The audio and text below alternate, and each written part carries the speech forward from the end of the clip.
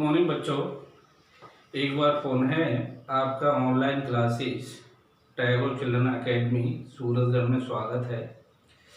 पहले वीडियो में मैंने आपको पाचन तंत्र का लगभग कंप्लीट डायग्राम बना करके स्ट्रक्चर बताया था और उसमें अपन लास्ट में स्मॉल इंटेस्टाइन और लार्ज इंटेस्टाइन के बारे में बताए थे। स्मॉल इंटेस्टाइन कंप्लीट हो गया था, लार्ज इंटेस्टाइन भी कंप्लीट हो गया था, अर्थात जो एलिमेंट्री केनाल है उसको बनाने वाली सभी स्ट्रक्चर्स जिसमें हमने माउथ से शुरू करा था और फिर buccal cavity, pharynx, oesophagus, stomach, उसके बाद स्मॉल इंटेस्टाइन और लार्ज इंटेस्टाइन, ये सारी कंप्लीट हो गई थी। मैंने आपको शुरू में ही पाचन तंत्र के बारे में बताया था कि ये दो भागों से मिलकर के बना होता है, एक तो एलिमेंट्री केनाल और दूसरा पाचक ग्रंथियां। तो structure of alimentary canal complete हो गया था। अब उसके बाद अपने को क्या बताना है, डाइजेस्टिव ग्लैंड्स का। किसके बारे में? Digestive glands. डाइजेस्टिव ग्लैंड्स का मतलब होता है पाचक ग्रंथियां। कौन सी ग्रंथियां? पाचक ग्रंथियां। पाचक ग्रंथियां, ठीक है। अब देखिए, जो पाचक तंत्र है या पाचन तंत्र है, इसको बनाने वाली जो पाचक ग्रंथियां होती हैं ये तीन प्रकार की होती हैं। एक हम नाम दे रहे होते हैं लार ग्रंथियों का, जिनको सैलावरी ग्लैंड्स कहा जाता है। दूसरा हम नाम दे रहे होते हैं लीवर का, जिसको यकृत कहा जाता है। तीसरा हम नाम दे रहे होते हैं आग्नेयाशय का, जिसको पैंक्रियाज कहा जाता है। क्या कहा जाता है? पैंक्रियाज। अर्थात पाचन तंत्र को बनाने वाली तीन प्रकार की पाचक ग्रंथियां यहाँ पर मुख्य रूप से एक्सप्लेन की जाती हैं, जिनमें लार ग्रंथियां आती हैं, यकृत आता है और क्या आता है, आग्नेयाशय आता है। ठीक है। सबसे पहले यहाँ पर अपन लार ग्रंथियों की बात करते हैं। जैसा कि आपको नाम से ही विदित हो रहा होगा, सैलावरी ग्लैंड या लार ग्रंथियां कहाँ पर होनी चाहिए और क्या करती हैं। ठीक है। तो देखिए, ये जो लार ग्रंथियां होती हैं ये मानव में 3 जोड़ी होती हैं। कितनी जोड़ी होती हैं? 3 जोड़ी होती हैं। ठीक है। और इनके द्वारा किसको स्रावित किया जाता है? लार को स्रावित किया जाता है। लार को स्रावित किया जाता है। ठीक है। अब ये जो लार होती है, ये लार कहां पर आती है? ये लार आती है मुख गुहिका में। किसमें आती है? मुख गुहिका में, जहां पर हमारा भोजन होता है। लार में 2 पार्ट होते हैं, एक तो पानी है और एक श्लेष्मा है। जो पानी होता है वो भोजन को क्या करता है? गीला बनाता है। और जो श्लेष्मा होता है ये भोजन को क्या कर रहा होता है? चिकना और लसदार बना रहा होता है। ठीक है। अर्थात ये जो 3 जोड़ी ग्रंथियां हैं, लार ग्रंथियां, इनके द्वारा किसको स्रावित किया जा रहा है? लार को।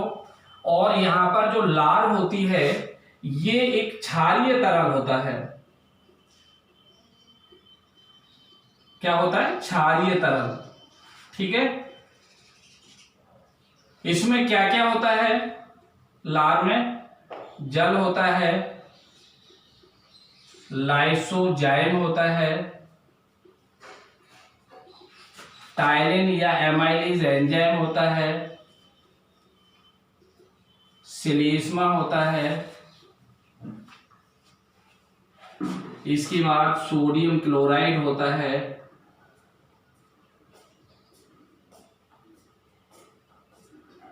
और सोडियम क्लोराइड के साथ साथ पोटेशियम बाइकार्बोनेट होते हैं, बाइकार्बोनेट होते हैं, ठीक है ना।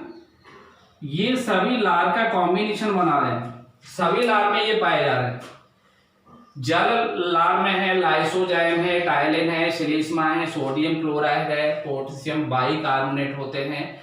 ये सभी मिलकर के लार बनाते हैं और चूंकि इसमें बाइकार्बोनेट आयन है इसीलिए हम इसको क्षारीय तरल कह रहे होते हैं। कौन सा तरल? क्षारीय तरल कह रहे होते हैं। अब देखिए ये जो क्षारीय तरल है, इस क्षारीय तरल में मैंने अभी बताया था जल क्या करता है, भोजन को गीला बना देता है। लाइसोजाइम क्या करता है, भोजन में जो जीवाणु आते हैं उनको नष्ट करता है।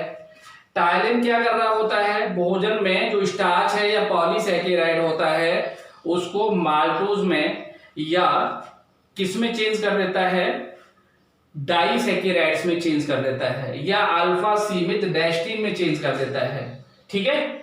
और जो भोजन के अंदर एसिडिसिटी होती है या भोजन के अंदर अम्लीयता होती है, इसको ये पोटेशियम बाइकार्बोनेट क्या करता है, न्यूट्रलाइज कर देता है, ठीक है ना।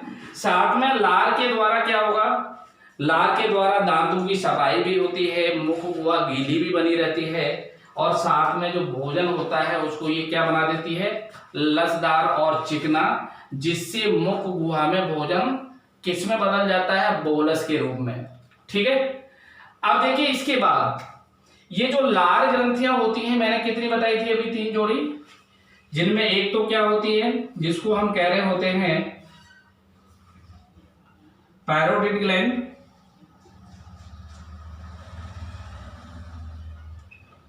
दूसरी होती है सब मैक्सिलरी,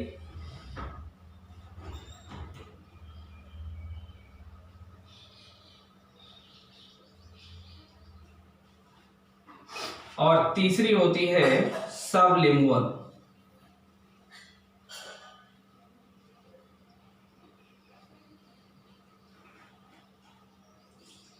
ठीक है। ये जो पैरोटिड ग्लैंड होती हैं ये लार ग्रंथियों में सबसे बड़े आकार की होती हैं। कहां पर पाई जाती है, ये हमारे कानों के नीचे पाई जाती हैं, इसलिए अगर हम चाहें तो इनको कर्णमूल ग्रंथियां भी कह देते हैं। सबसे बड़े आकार की होती है लार ग्रंथियों में, पीले रंग की होती हैं, इनके द्वारा श्लेष्मा भी अधिक मात्रा में बनाया जाता है और जो इनके द्वारा श्लेष्मा अधिक मात्रा में बनाया जाता है उस श्लेष्मा में या तो टाइलिन या फिर हम कह सकते हैं अल्फा एमाइलेज एंजाइम होता है। बाकी लार ग्रंथियों से स्रावित होने वाली लार में एंजाइम नहीं होते, केवल पैरोटिडिया जिसको हम क्या कह रहे होते हैं दूसरा नाम कर्णमूल ग्रंथियां, इनसे स्रावित होने वाली ग्रंथियों से जो लार बनती है उसमें ही ये अल्फा एमाइलेज या टाइलिन एंजाइम पाया जाता है। ठीक है, कैसे आकार की होती है, बड़े आकार की, और ये नलिकाओं के द्वारा मुख गुहा में जाके खुल जाती है, इसीलिए लार को कहां पर डिस्चार्ज कर दिया जाता है, मुख गुहा में। ठीक है, अगर इस पैरोटिड ग्लैंड में किसी तरह का इंफेक्शन हो जाए तो एक रोग हो जाता है जिसको हम कह रहे होते हैं मप्स रोग। कौन सा रोग? मप्स रोग। मप्स का मतलब होता है गलसुआ। गलसुआ का मतलब होता है जो गला होता है वो सूज जाता है, गले में सूजन आ जाती है। ठीक है, इसके बाद जो सब मैक्सिलरी होती है ये हमारे दोनों जड़ों के बीच में होती है और इनके द्वारा स्रावित जो लार है वो भी कहां पर जाएगी, मुख गुहा के अंदर जा रही होती है। और इसके बाद सबलिंगुअल जिसको हम अधोजिह्वा ग्रंथि या अधोजिह्वा लार ग्रंथि कह रहे होते हैं, ये हमारे जिह्वा की अधर वाले भाग में होती हैं और ये भी कहां पर खुलती हैं, मुख गुहा में। और इनसे भी क्या होगा, जो लार है या जो तरल है वो स्रावित होकर किस में जाता रहता है, मुख गुहा में। अब देखिए लार में जो सबसे ज्यादा मात्रा होती है वो किसकी होती है, पानी की। इसलिए आपने देखा है जो हमारी जिह्वा है इसमें मोबिलिटी बनी रहती है, और अगर हमने पानी कम लिया है या पानी की कमी है तो आपने देखा होगा मुख सूख जाता है, मुख गुहा कैसी हो जाती है, ड्राई अप हो जाती है, शुष्क हो जाती है, ड्राई हो जाती है। इसलिए ये कहा जाता है कि जो पानी है, पानी हम ले रहे होते हैं, उस पानी की अधिक मात्रा किसके अंदर जा रही है, लार के अंदर। ठीक है, तो ये पूरा लार ग्रंथियां क्या बता दोगे, मनुष्य में 3 जोड़ी लार ग्रंथियां पाई जाती हैं। इनके द्वारा लार का स्राव होता है। लार एक क्षारीय तरल होता है। लार में जल, श्लेष्मा, लाइसोजाइम, टाइलिन, सोडियम क्लोराइड और पोटेशियम बाइकार्बोनेट आयन होते हैं। इसमें पाए जाने वाला जो डायलिन है भोजन में पाई जाने वाली पॉलीसैकेराइड को डाइसैकेराइड में बदल देता है, और जो लाइसोजाइम होता है वो क्या करता है, भोजन में आए हुए जीवाणुओं को नष्ट कर देता है। और ये तीनों लार ग्रंथियां कहाँ कहाँ पर पाई जाती हैं, मैंने अभी आपको बता दिया। पैरोटिड कानों के नीचे, सबमैक्सिलरी दोनों जड़ों के बीच में, और जो सबलिंगुअल होती है ये कहाँ पर होती है, आधार पर पाई जाती है। कहाँ पर पाई जा रही होती है, आधार पर पाई जा रही होती है, जिह्वा के आधार वाले भाग में, जहां पर आपने देखा होगा जुड़ी होती है, बलन या फोल्ड दिखाई दे रहे होते हैं, जिसको हम फ्रेनिलम लिंग्वी कह रहे होते हैं, वहां पर ये पाई जा रही होती है। ठीक है, अब देखिए इसके पश्चात बात करते हैं दूसरी वाली ग्रंथि की। और दूसरी वाली ग्रंथि कौन सी मैंने बताई थी अभी अभी, यकृत ग्रंथि, जिसको हम लीवर कह रहे होते हैं। सबसे पहले तो आपको ये पता होना चाहिए लीवर कहां पर होता है, ये बताना होता है। तो इसके लिए देखिए बताना होगा लीवर कहां पर होगा। दूसरी डाइजेस्टिव ग्लैंड है, ठीक है, या इसको क्या कह रहे होते हैं, यकृत। कहां पर पाया जाता है ये यकृत देखिए हमारे डायाफ्राम के ठीक नीचे उदर गुहा में राइट की तरफ पाया जाता है, ठीक है ना। अर्थात यकृत उदर गुहा में किसके नीचे, ठीक डायाफ्राम के ठीक नीचे, किधर होता है, दाईं ओर।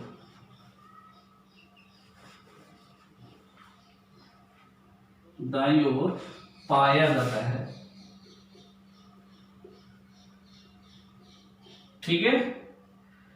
यह भ्रूणी एंडोडर्म से बना होता है।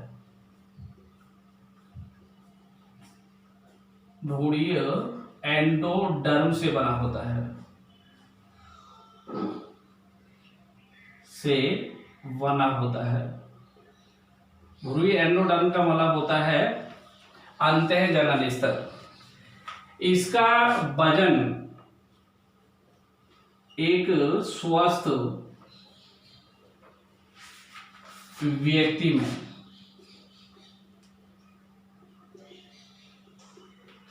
1.2 से 1.5 किलोग्राम तक होता है,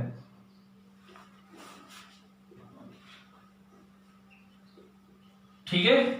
साथ में हम कह सकते हैं इसका जो व्यास है, अर्थात यह है लगभग 16 से 22 सेंटीमीटर चौड़ा होता है।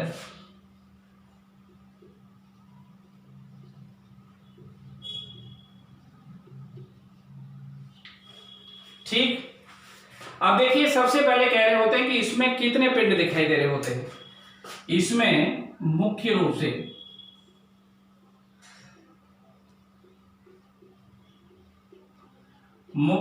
से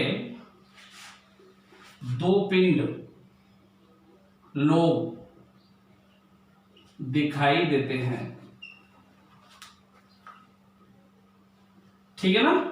जो 2 लोब होते हैं उसमें से एक राइट की तरफ होता है और एक लेफ्ट की तरफ होता है। एक को हम राइट लोब कह रहे होते हैं और दूसरे को लेफ्ट लोब कह रहे होते हैं। इसका मतलब है 2 पिंडों में से एक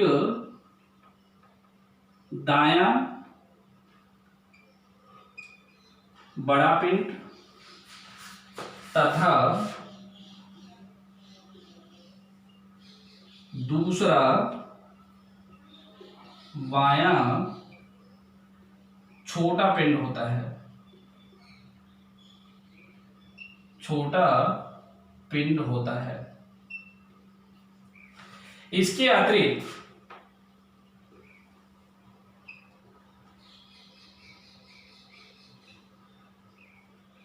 दो और पिंड होते हैं जिन्हें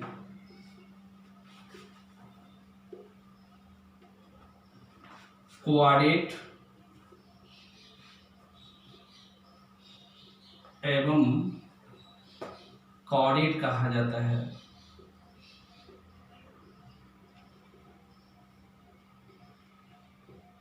ठीक है। अब देखिए इसके बाद ये कहा जाता है कि ये जो पिंड होता है इसका बड़ा राइट जो लोब होता है, उस राइट लोब की आधार सतह पर,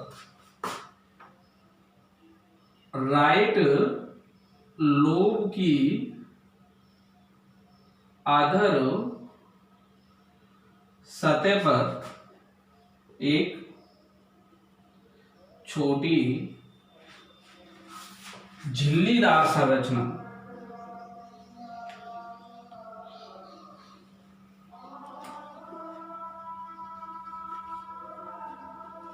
होती है जिसे पित्ताशय या गॉल ब्लैडर कह देते हैं, जिसे पित्ताशय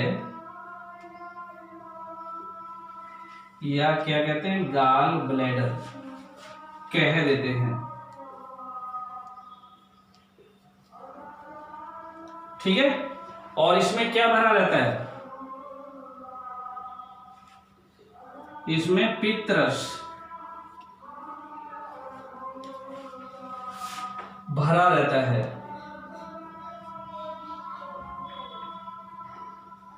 जिसे कौन बनाती हैं, यकृत कोशिकाएं। कौन सी कोशिकाएं, यकृत कोशिकाएं बनाती हैं। ठीक है।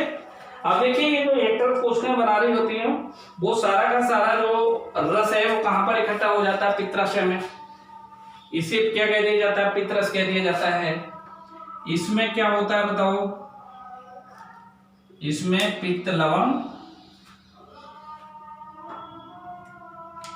तथा पित्त वाणक होते हैं, पित्त वाणक होते हैं। एक बिलीरुबिन और एक बिलीवर्डिन। ठीक है। कौन सा, एक बिलीरुबिन और एक बिलीवर्डिन। बिलीरुबिन कैसे रंग का होता है, हल्के पीले रंग का। बिलीवर्डिन कैसा होता है, हल्के हरे रंग का। पित्त वर्णक होते हैं। अतः पित्त कैसा होता है, क्षारीय तरल,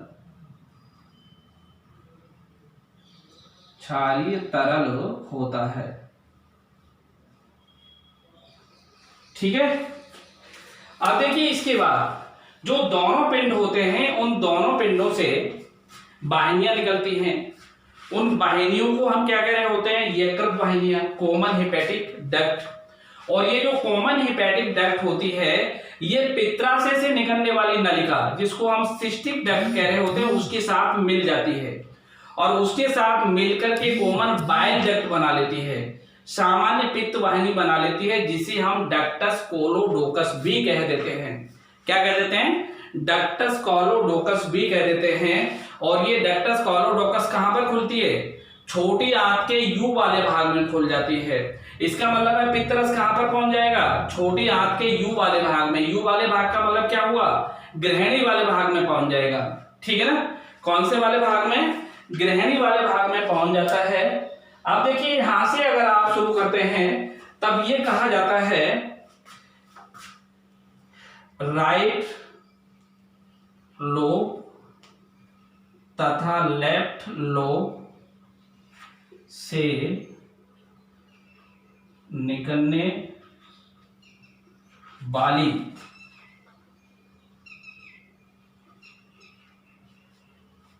यकृत वाहिनी मिलकर सामान्य यकृत वाहिनी बनाती हैं।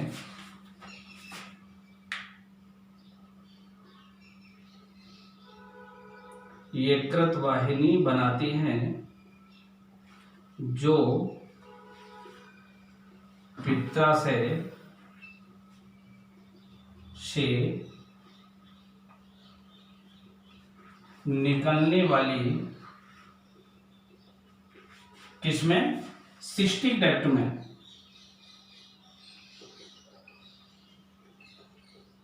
मिलकर एक क्या बना देती है, कॉमन बाइल डक्ट, एक सामान्य पित्त वाहिनी बनाती है या पित्त नलिका।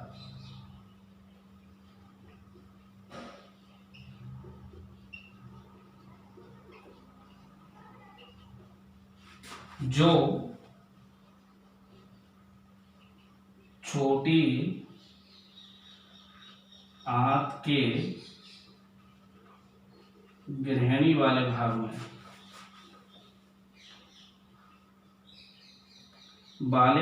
में खुलती है।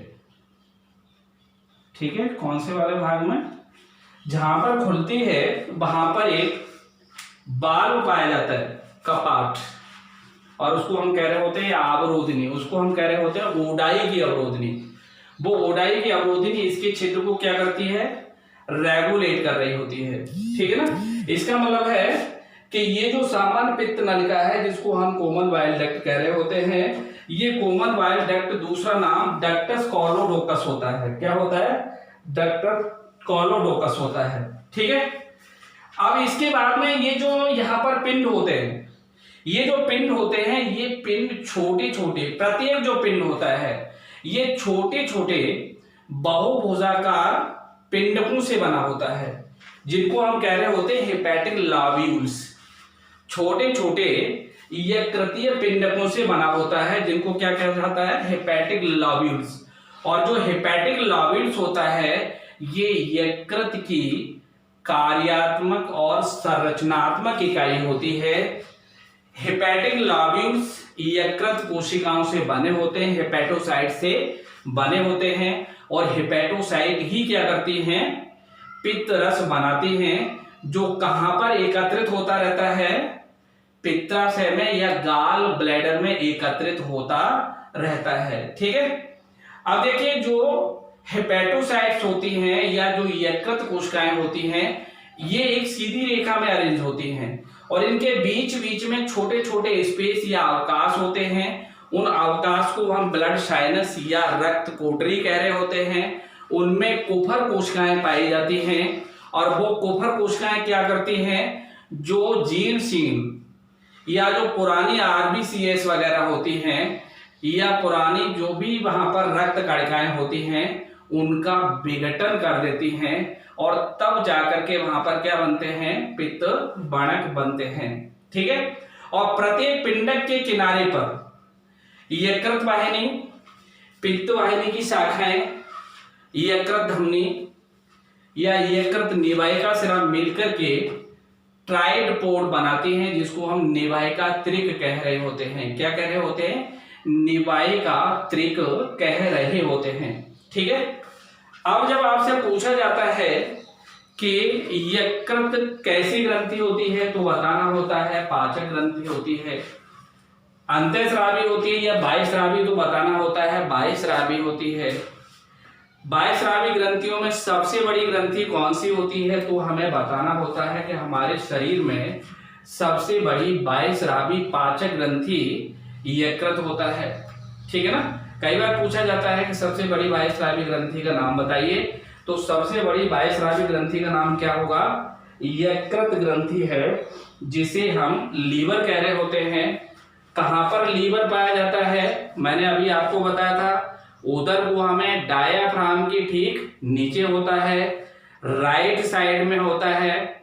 कैसा होता है ये, बाइलोब्ड होता है, हालांकि दो छोटे पिंड और दिखाई दे रहे होते हैं, और साथ में मैंने बताया था इसका वजन लगभग 1.2 से 1.5 किलोग्राम होता है। इसका जो डायमीटर है लगभग ये कितना होता है, 16 से 22 सेंटीमीटर के आसपास होता है। भ्रूणीय अवस्था में एंडोडर्म के द्वारा बनाया जाता है। इसका जो राइट लोब है उसके नीचे एक झिल्ली लगी होती है, या आप थैली कह सकते हैं, लगी होती है, और वो थैली क्या कहलाती है, गाल ब्लैडर इस गाल ब्लैडर के अंदर क्या भरा होता है, पित्तरस भरा होता है।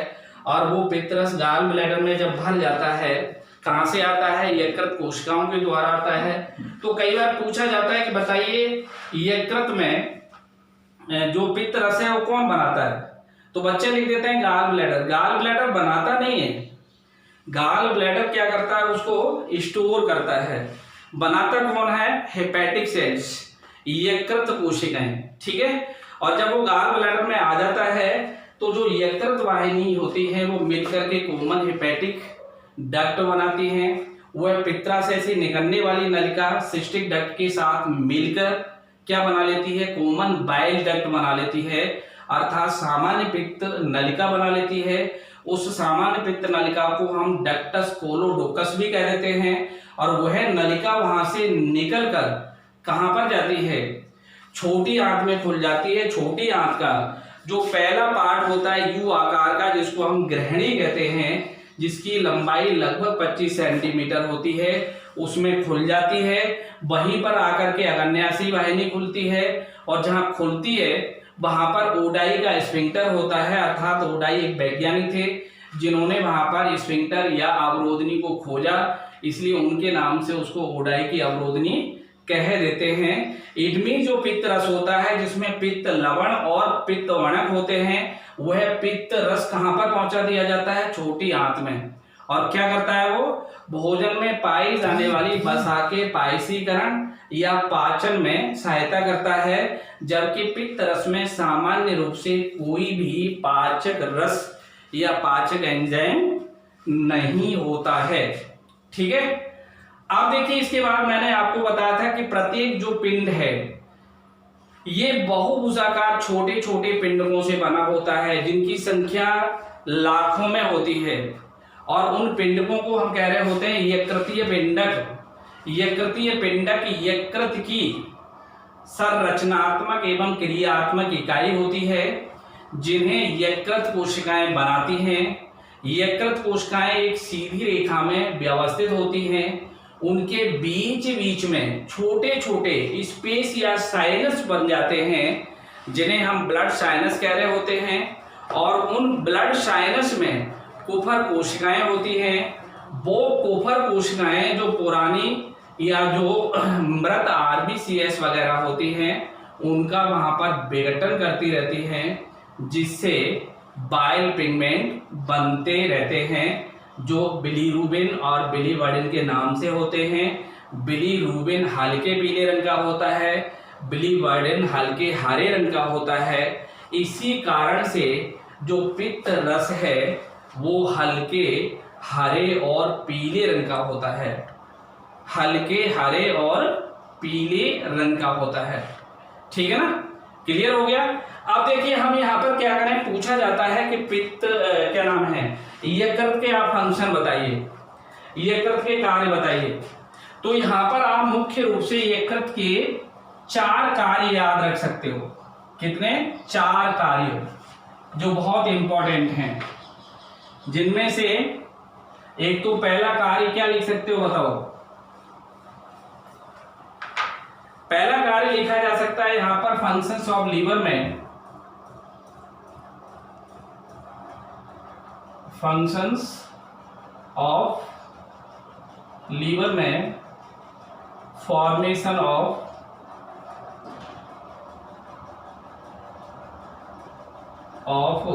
बाइल, या चाहो तो बाइल जूस लिख सकते हो।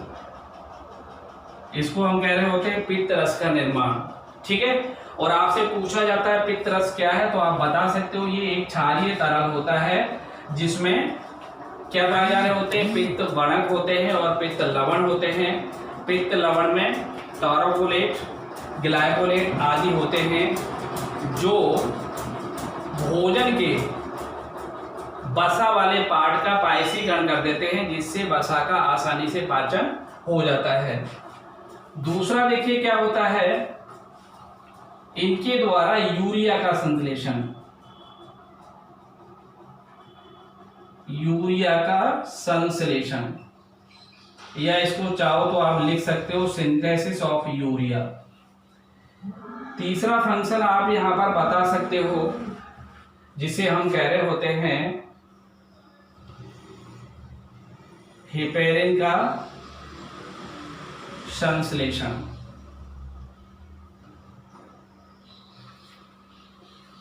इसके बाद विटामिन ए का संश्लेषण प्लस ये इसको संचय भी करता है, स्टोर भी करता है। क्या करता है? इसका संचय भी करता है और स्टोर भी करता है। ठीक है। नेक्स्ट चीज ये होती है कि इसमें उपापचयी क्रियाएं पाई जाती है। तीनों प्रकार की उपापचयी क्रियाएं, मेटाबॉलिक एक्टिविटीज या रिएक्शंस, जिसमें एक क्रिया होती है जिसको हम कह रहे होते हैं ग्लाइकोजेनेसिस। ग्लाइकोजेनेसिस का मतलब होता है कि रुधिर में आवश्यकता से जो अधिक ग्लूकोज होता है, लीवर उसे क्या करता है? अघुलनशील ग्लाइकोजन में बदल देता है, जो लीवर में संचित कर लिया जाता है। दूसरा होता है ग्लाइकोजिनोलाइसिस। अगर रक्त में भोजन की कमी हो ग्लूकोज की कमी हो जाती है तो वापस ग्लाइकोजन को किस में बदल दिया जाता है? घुलनशील ग्लूकोज में। और तीसरा होता है ग्लूकोनियोजेनेसिस। ग्लूकोनियोजेनेसिस का मतलब होता है कि जब शरीर में ग्लूकोज भी नहीं होता, ग्लाइकोजन भी नहीं होता, तब लीवर क्या करता है? अमीनो अम्लों से और बसीय अम्लों से ग्लूकोज का संश्लेषण कर देता है। ठीक है।